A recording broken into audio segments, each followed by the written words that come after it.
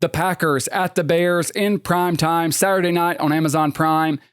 A lot of people are going to have this marked as the most exciting playoff matchup. We've seen these teams play twice already, division rivals, Matt LaFleur versus Ben Johnson, Jordan Love versus Caleb Williams, and so much is on the line. Even though it's been a successful season for Chicago, I think it's exceeded expectations a lot of people had for the first year with Ben Johnson.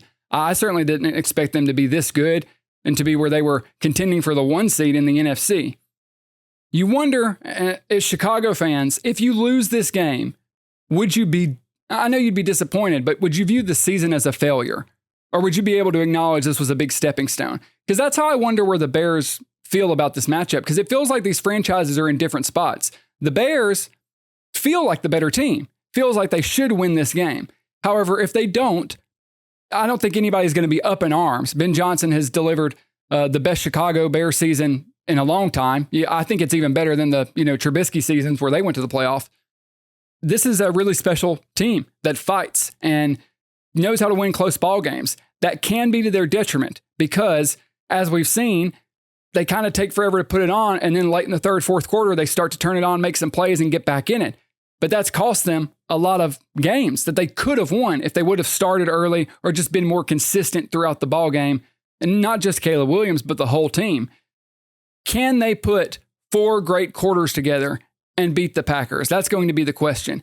Even more so than just this game. But if you have aspirations for going further, maybe making a conference championship, if you do think you could go to a Super Bowl, I don't think the Bears are there yet. I think they're a little bit of ways. But if you are in that organization, if you're Ben Johnson, you're not going to do that unless you can put a full game together.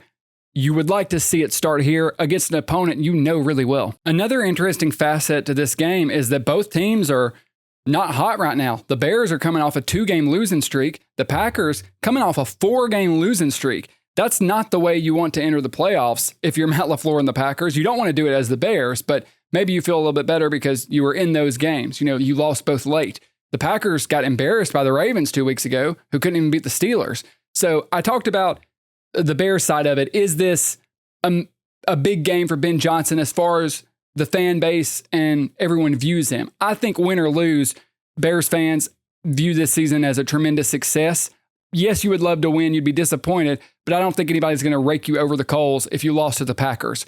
On the other side, even though the Packers are the lower seed, even though they're going to Chicago, it feels like the pressure has to be on Matt LaFleur at this point. If you don't mind, please subscribe to the channel so you never miss out on a video. We're talking the NFL all season long. Back to the video. Now, I'm not on the fire Matt LaFleur train just because, one, I wouldn't even be there yet. Even so, I don't think there's a lot of great candidates out there. Like if you fire Matt LaFleur, who are you going to get?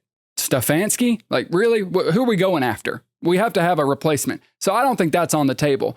I do think, even though it hasn't been a tremendous season for the Packers, and it really fell apart with the Micah Parsons injury, which is unfortunate because I thought before that they were Super Bowl contenders. I thought they could have won it all. Once you lose Parsons, I don't know if that's on the table. Clearly not the way they've been playing.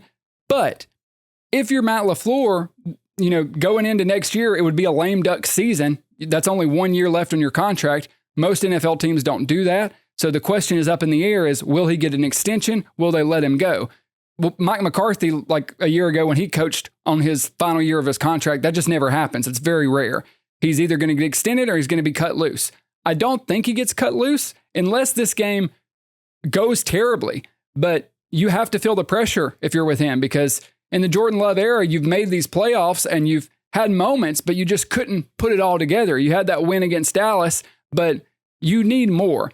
This season, maybe he gets more of a pass because the Micah Parsons injury did kind of derail them, but you have to go in and fight, especially when you're facing a division rival who's a first-year coach and a second-year quarterback, and you've got your guy who you've had as your quarterback for a few years now.